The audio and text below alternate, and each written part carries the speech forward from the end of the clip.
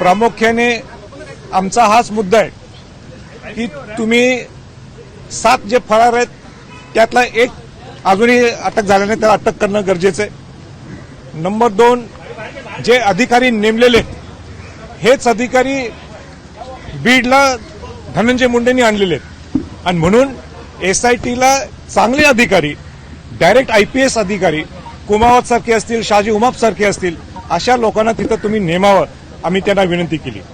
दुसरी महत्वाची विनंती आम्ही त्यांना केली की विधानसभेच्या पटलावर स्वतः मुख्यमंत्री बोलले। मुख्यमंत्र्यांनी काय सांगितलं की आम्ही 7 जणांच्यावर गुन्हा नोंद केलेलाच आहे आणि त्यालाच धरून त्यांनी वाल्मिक कराड जो ह्या 7 जणांचा बॉस आहे त्याला सुद्धा स्वतः मुख्यमंत्र्यांनी कोट केलंय, पण त्याला जे कलम लावलेलं आहे हे कलम त्या कलमाच्या माध्यमातून लगेच बाहेर येणार, म्हणून त्याला सुद्धा 302 हे कलम लागावं यासाठी आमची विनंती होती।